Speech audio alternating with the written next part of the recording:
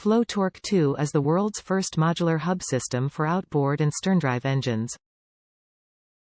Field serviceable. No need to miss time on the water waiting for rubber hub replacement work.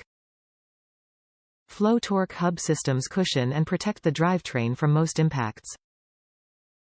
For use with Mercury Mariner 40 to 60 HP command thrust, force 90 to 120, and Fourstroke 150 to 300, 6-cylinder with one shaft only. For use with MerCruiser Alpha, Alpha 1 Bravo 1, under 400 HP. Top reviews from the United States. Boat not planing although at full throttle?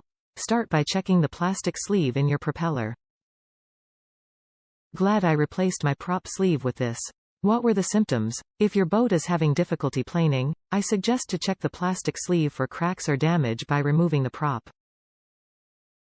My boat runs efficiently and better now. It took 15 to 30 minutes at most replacing. If the old propeller is stuck in place, simply use a rubber mallet and strike on the backside to get it out of the spindle. I bought the Quicksilver propeller as well to have a new setup. Be sure to apply grease on the spindle when reinstalling. Hope this helps.